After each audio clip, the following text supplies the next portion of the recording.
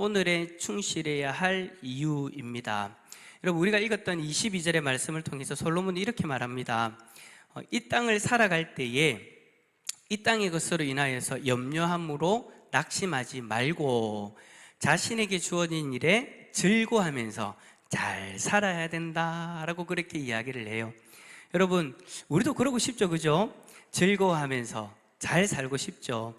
누구라고 뭐 즐겁지 않은 인생, 잘 살고 싶지 않은 인생, 그런 인생 살고 싶겠습니까? 염려하지 말고 낙심하지 말고 자신에게 주어진 그 인생 즐거워하면서 잘 살면 되죠. 그렇게 살고 싶습니다. 그런데 참 그렇게 살고 싶은데 우리의 소망하고 현실은 조금 갭이 그렇게 있더라고요. 그렇게 즐겁고 잘 살고 싶은데 이 땅의 것으로 인해서 우리는 실망하고 염려하게 됩니다. 여러분, 요즘에 어떤 일들로 인해서 좀 실망하십니까? 어떤 일들로 인해서 염려하십니까? 혹시 정치 때문에 염려하고 계시지는 않습니까? 요즘에 그러잖아요. 이제 내년에 있는 대선을 위해서 각 당에서 이제 차기 대선 주자들 막 그렇게 나와가지고 이제 뭐 당마다 이제 누구를 대표로 이제 내세울 거냐 해가지고 경선을 그렇게 막 하고 있는데, 정말 답답한 게 뭐냐? 한 사람도 문제 없는 사람이 없는 거예요. 다 어떻게든 뭐 그 문제를 하나씩 막 꼬집어내가지고 서로를 막 공격하고 막 그렇게 하잖아요, 그죠? 우리는 분명히 저들 가운데 한 사람을 뽑아야 되는데 온갖 소문, 찌라시, 그 중에는 진짜도 있고 가짜도 있겠죠. 사람들에 대한 그 대선 주자들에 대한 그런 이야기들이 막 들리면서 국민들인 우리들로 하여금 판단하기가 정말 어렵게 만드는 그런 일들이 일어나는 것 같아요. 그러면서 도대체 저들의 모습 중에서 뭐가 진짜고 뭐가 가짜인지 잘 모르겠어요. 그게 참 답답해요. 그러면서 다음 대통령은 잘 뽑아야 될 것 같은데 어떻게 하나, 그런 염려들도 우리 안에 생기기 시작하죠. 정치만 그렇습니까? 경제도 그렇잖아요. 점점 우리나라가 선진국으로 인정받고 막 부유해지는 것 같은데 곳곳에서 못 살겠다라는 소리들이 들리잖아요. 흔히 말하는 대로 뭐 그런 이야기들 있잖아요. 돈 있는 사람이 돈 더 벌고 돈 없는 사람은 계속해서 돈이 없는, 그런 어처구니 없는 그런 상황들이 더 심각해지는 어떤 그런 사회 현상들이 일어나고 있잖아요.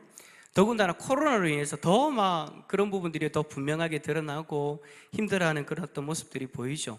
이러한 경제 구조 속에서 우리는 더 실망하고 염려합니다.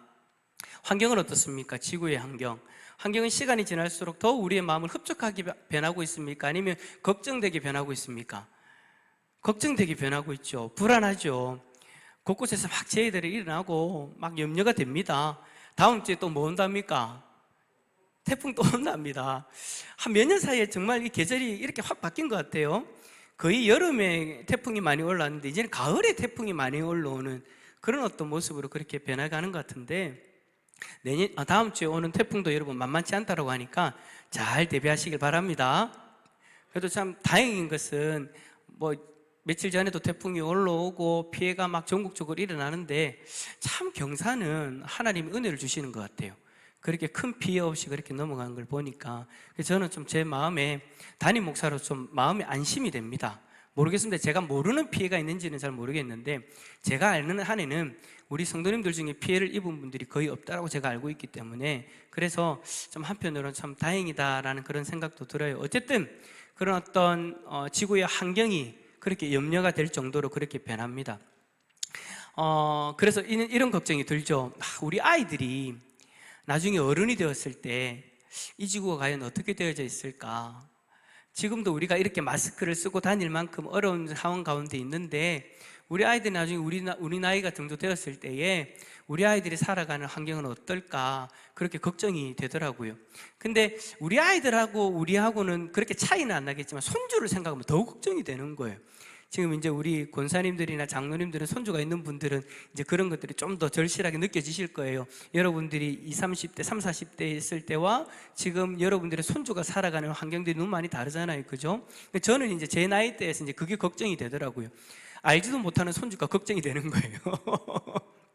얼굴도 모르는 손주가 걱정이 되는 거예요. 어떻게 살아가나. 그런 염려들이 있습니다. 여러분, 도덕적인 부분은 어떻습니까? 참 요즘 사회 현상을 보면 어떤 말이 떠오르냐면 개념이 없어진다. 며칠 전에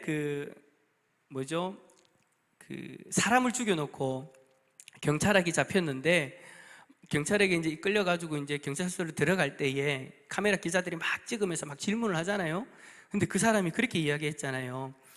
더 많이 못 죽여서 분하다. 저 그거 보고 솔직히 충격받았어요. 저 이때까지 살면서 범죄 일어나가지고 TV에 나오는 거 보면서 그렇게 이야기하는 사람 저는 처음 봤어요. 여러분은 그 전에 경험해 보신 적 있어요? 예, 저도 처음이었어요. 저는 진짜 깜짝 놀랐어요. 우와, 사람 맞나? 점점 그 개념이, 우리가 생각하는 어떤 도덕적인 기준의 개념들이 무너지고 있는 듯한 그런 것들이 보이니까 화가 나더라고요. 근데 어저께 또 그 뉴스를 봤는데, 울산의 어느 국공립 어린이집에서 교사들이 3살 아이에게 토할 때까지 물을 마시게 하는 그 학대 행위를 했다. 와우야, 참. 근데 제가 참 충격받는 건 뭐냐면, 여러분 예전에는 그랬잖아요. 어떤 이슈가 터지면 그 이슈와 관련된 어떤 단체, 어떤 그 기관에서는 어느 정도 시간이 지날 때까지는 그런 일들이 다시는 안 일어났거든요. 쟤만 그렇게 생각했습니까? 저는 그렇게 느꼈는데, 이상하게 몇 년 사이에 똑같은 일들이 계속 반복되어지고 있어요.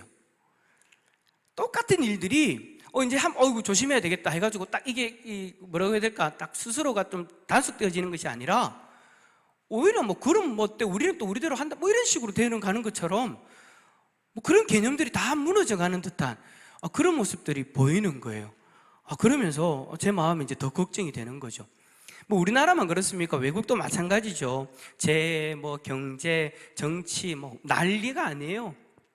혁명도 일어나고 나라 안에서 내분도 일어나고, 요즘 뉴스를 켜면 앞에서 이야기한 이런 뉴스들 때문에 소망이 없어집니다. 세상이 왜 이렇게 되는가라는 그런 질문을 통해서 점점 우리 안에 염려가, 그리고 걱정이 쌓여가서 결국에는 우리들의 삶이 좀 무기력해지는 듯한 그런 어떤 느낌이 들기도 해요.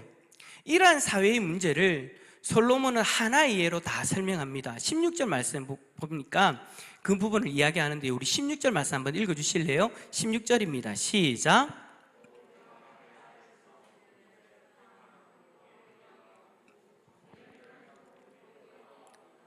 아멘. 자, 우리가 이러한 삶의 모습 속에서 그나마 기대를 하는 데가 어디입니까? 정의와 악이 구별되어지고 심판되어지는 법정이잖아요. 그런데 우리가 실오라기 같은 그 희망을 가지고 있는 이 법정마저도 솔로몬은 뭐라고 얘기하는 거예요? 악이 있다라고 그렇게 이야기를 해요. 그래서 이 땅에 소망이 없다, 소망을 둘 데가 없다, 악을 심판해야 되는 법정조차도 죄로 물들어져 있으니, 부패해져 있으니 소망이 없다라는 것을 그렇게 이야기를 해요. 자, 근데 그게 참 웃긴 게 뭐냐면, 지금 우리 시대도 마찬가지잖아요. 그죠? 우리가 희망을 걸 수 있는 그 사법기관, 그 기관이 제대로 역할을 해주면 좋겠는데 그러지 못한 이야기들이 계속해서 들리니까 더 실망하게 되는데, 웃긴 건 뭐냐면 솔로몬 때도 마찬가지라는 거예요.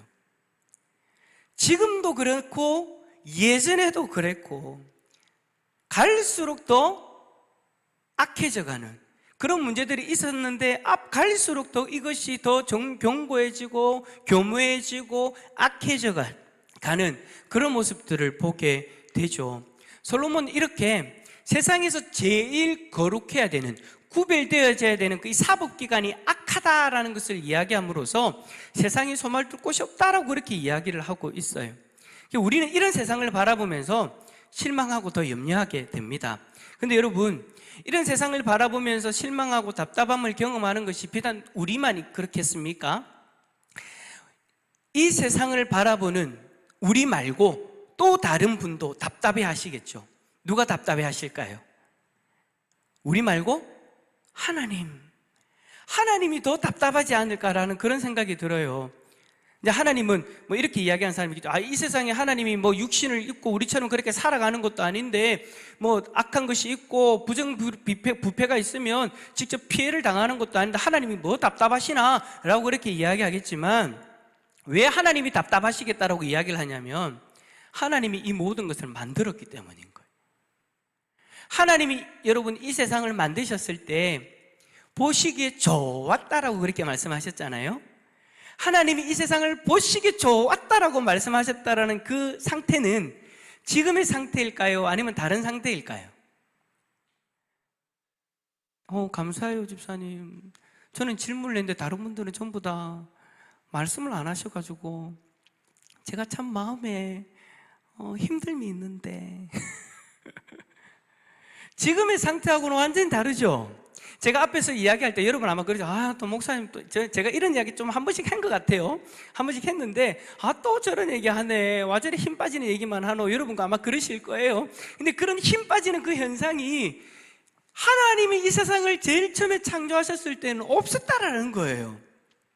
하나님이 이 땅을 제일 처음 창조하셨을 때는 그것과는 완전히 구별된 보시기에 좋았더라, 거룩하신 죄가 없으신 하나님이 이 땅을 창조하시고 보셨을 때 아이고 좋다라는 이 말은 그때 당시에는 죄가 이 땅에 없었단 말이에요. 그만큼 구별된 것으로 하나님께서 그렇게 창조하신 거죠. 그런데 지금의 모습은 전혀 다르다라는 거예요.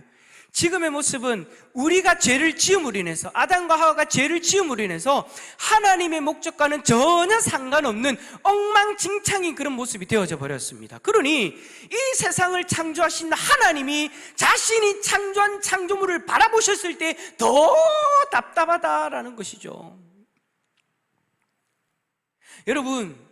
여러분의 자녀가 뭔가 사고를 쳤다, 무슨 문제가 생겼다, 그러면 그 자녀를 바라보는 옆에 있는 친구, 교사, 선생님들 바라볼 때 답답하게 하겠죠.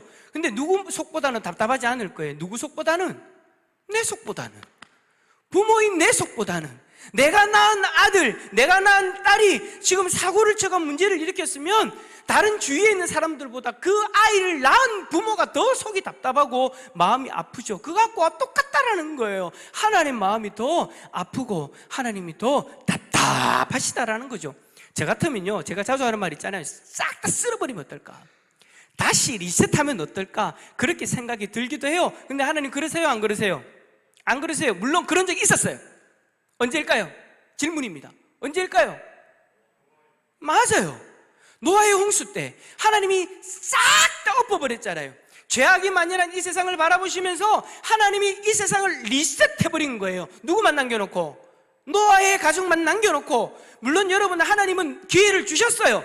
노아의 옆에 있는 친구들, 사람들, 동네 이웃들 다 기회를 줬어요. 그러나 그들은 하나님을 인정하지 않았고 노아를 통해서 주시는 하나님의 경고를 듣지 않았어요. 그래서 하나님이 리셋 시켜버렸어요. 하나님 말씀을 믿고 순종하는 노아의 가정만 살려두고, 그리고 대표되는 동물들만 암수 한 쌍씩, 그리고 정결한 짐승들은 7쌍씩 그렇게 해가지고 하나님이 다 쓸어버리고 리셋했죠. 그리고 나서는 더 이상 하나님은 이 땅을 리셋하지 않으셨습니다. 왜 그렇죠? 하나님이 왜 다시는 리셋하지 않으셨죠? 맞아요. 하나님은 약속하셨어요. 내가 다시는 그렇게 하지 않겠다. 다시는 내가 이렇게 심판하지는 않겠다. 하나님은 이제 참고 인내하고 계시는 거예요. 자, 그렇다면 왜 하나님은 이 세상을 끝까지 이렇게 참고 두시는 걸까요? 첫 번째 17절에 말씀에 있는 것처럼 아직 심판의 때가 되지 않았기 때문이에요. 자, 17절 말씀 읽어볼까요? 17절입니다. 시작. 내가 내 마음속으로 이르기를 의인과 악인을 하나님이 심판하시리니 소망하는 일과 모든 행사의 때가 있음이라 하였으며. 아멘. 여러분, 우리가 읽지는 않았지만 전도서 3장의 전반부를 보면은요, 솔로몬이 이 모든 것에는 때가 있다라고 그렇게 강조하고 있습니다. 범사의 기한이 있고 천하 만사가 다 때가 있나니 라고 1절에 말씀하면서 8절까지 인생에서 일어나는 여러 가지 일들을 쫙 언급하면서 다 때가 있다, 결혼할 때가 있다. 기다려. 때가 있어요.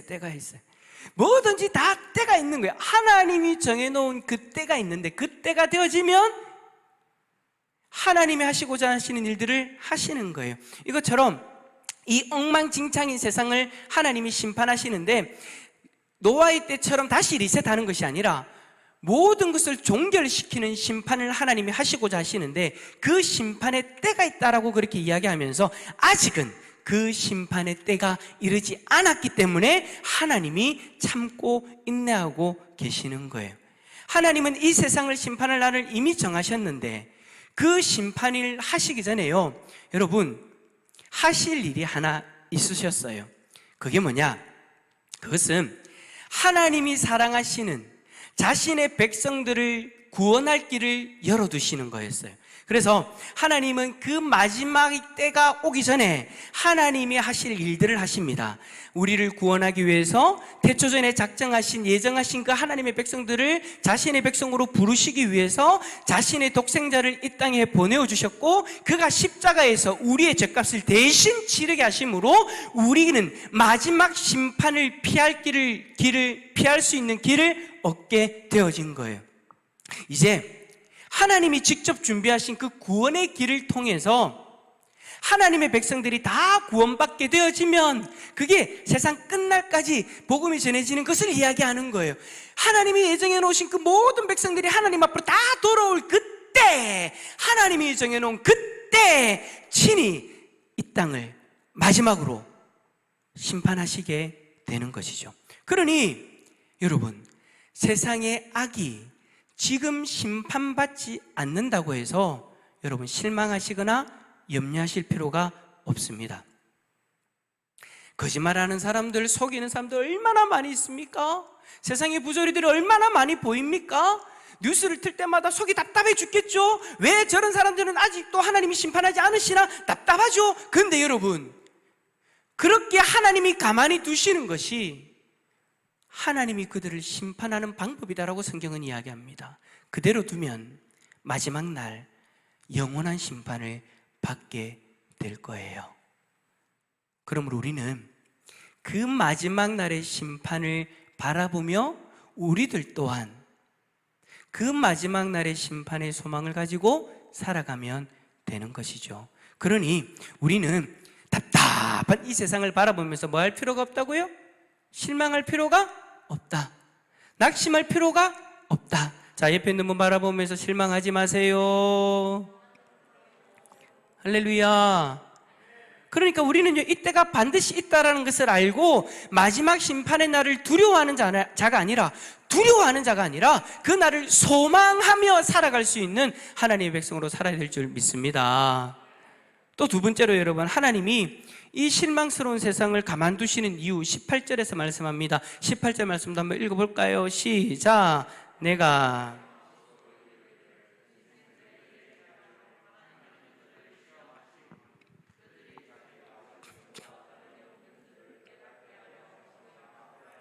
아멘. 무엇 때문이라고요? 짐승과 다름이 없는 줄을 깨닫게 하려 하심이라.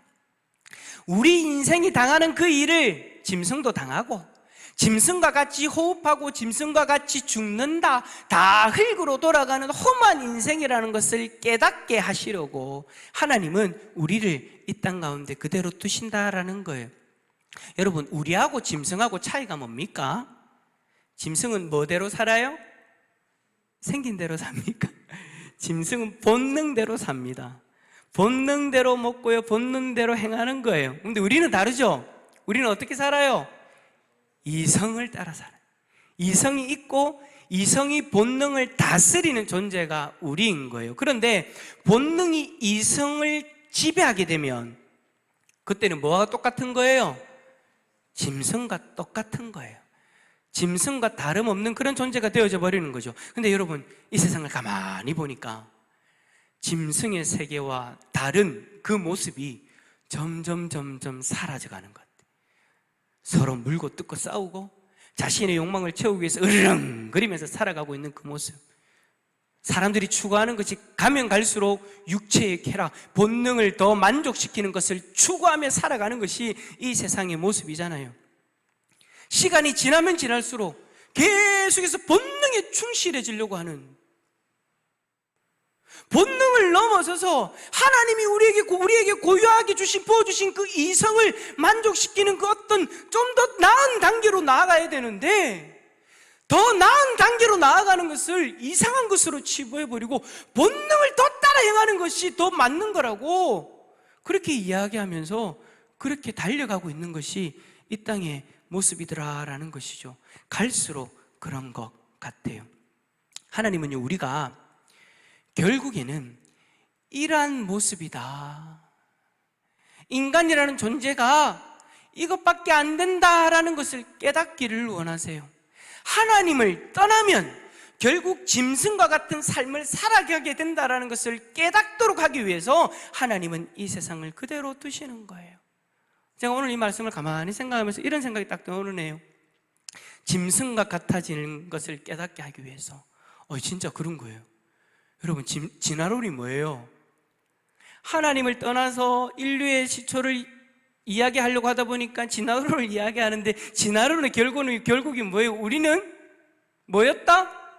짐승이었다. 짐승과 똑같다라는 것을, 하나님을 떠나니까 결국 찾게 되는 것이 짐승과 똑같다라는 것을, 너희는 이것밖에 안 되는 존재라는 것을 하나님이 깨닫도록 하시기 위해서. 근데 그 깨닫는 걸 끝나면 안 되죠. 그것을 깨닫게 되어지면 결국에는 뭐예요? 우리라는 존재는 이거밖에 안 되는구나. 우리의 교만함을 깨닫고 하나님을 받아들일 수 있는 준비가 될 수 있도록 하기 위함이더라라는 거예요. 그렇다면 여러분, 이러한 세상 속에서 이러한 연약함을 가지고 우리는 어떻게 살아야 됩니까? 앞에서 이야기한 것처럼 그런 여러 가지 것들을 바라보면서 낙심하고 염려하면서 그런 것들에 빠져서 그렇게 살아야 될까요? 아니요. 그러기에는 우리 인생이 너무나도 아깝죠. 예수 그리스도가 우리를 위하여 십자가에서 생명까지 내어주셨는데 마냥 실망하고 염려하면서 살아간다면 얼마나 이 안타까운 일입니까? 오늘 하루 여러분 실망하고 염려하면서만 살았습니까? 그러면 오늘 여러분은 여러분의 하루가 안타까운 인생으로 끝이 나버린 거예요. 예수 그리스도가 여러분들이 염려와 그 걱정 가운데 빠져 살기 위해서 대신 십자가에 죽으신 것이 아니잖아요. 그 염려와 실망으로부터 벗어나서 하나님을 바라보고 소망을 가지는 인생을 살아라고 우리를 구원해 주셨는데, 그 소망을 가지라고 우리를 위해서 십자가에서 자신을 내어주셨는데 우리가 그 실망과 좌절을 하면서 살아가면 안 된다라는 거죠. 그래서 솔로몬이 이야기합니다. 22절에 그러므로 나는 사람이 자기 일에 즐거워하는 것보다 더 나은 것이 없음을 보았나니. 이 말은 세상이 아무리 우리를 실망케 하고 염려케 하여도 그것으로 인하여 더 이상 실망하거나 염려하지 말고 오히려 자신에게 주어진 그 자리에서 최선을 다하면서 살아가는 것, 그것이 지혜로운 인생이다라는 것을 이야기합니다. 어떤 일은요, 이 세상을 바라보면서 염려만 하면서 살아갑니다. 근데 그 염려가 너무나도 크다 보니까 자기가 살아가야 될 그 삶도 살아가지 못할 만큼 자기에게 맡겨진 일, 그것을 불평하면서 불만하면서 염려 속에서만 살아가는 그 안타까운 인생으로 살아가게 되죠. 그러나 여러분, 마태복음 6장 34절에 뭐라고 예수님 말씀하셨습니까? 그러므로 내일을 위하여 염려하지 마라. 내일은 내일이 염려할 것이요 한날의 괴로움은 그날로 뭐하니라? 족하니라. 여러분의 인생이 염려하는 인생이 아니라 자기 일에 즐거워하는 행복한 인생이 되어질 수 있기를 축복합니다. 솔로몬은요, 자기 일에 즐거워하는 것보다 더 나은 것이 없다라고 그렇게 이야기를 해요. 그 이유가 뭐냐? 그것이 그의 몫이기 때문이다. 우리가 해야 되는 몫을 우리가 충실히 하며 살아가는 것, 그것이 행복한 인생이다라는 거예요. 하나님은 우리에게 맡겨주신 몫이 있습니다. 하나님은 우리를 통해 하시고자 하는 그 일들이 있습니다. 그런데 그것이 우리의 인생 가운데 발견되어질 때 어떨 때는요, 우리에게 부담으로 다가올 때가 있습니다. 그러나 여러분, 그것을 즐거워하는 것보다 더 나은 것이 없다라고 솔로몬은 분명히 이야기했어요. 오늘 이 솔로몬의 이야기에 여러분 마음을 여시고 귀를 기울이시고 받아들일 수 있기를 축복합니다. 세상의 다른 것으로 즐거워하기보다, 본능을 만족시키는 것을 추구하며 따르기보다 하나님이 우리에게 맡겨주신 그 일에 충실해 봅시다. 처음엔 그것이 부담스러워질 수도 있어요. 힘들어 보일 수도 있어요. 그러나 막상 그 일에 충실해 보면은요, 다릅니다. 우리가 생각했던 것보다 더 이상 즐겁고 더 이상 그 이상으로 우리는 더 나은 것이 있다라는 것을 발견하게 되어집니다. 이 염려 많은 세상 속에서 하나님이 우리에게 주신 그 일에 충실함으로 하루하루 즐거워하며 살아갈 수 있는 우리 모든 주의 백성들이 다 되어질 수 있기를 예수 그리스도 이름으로 축복합니다.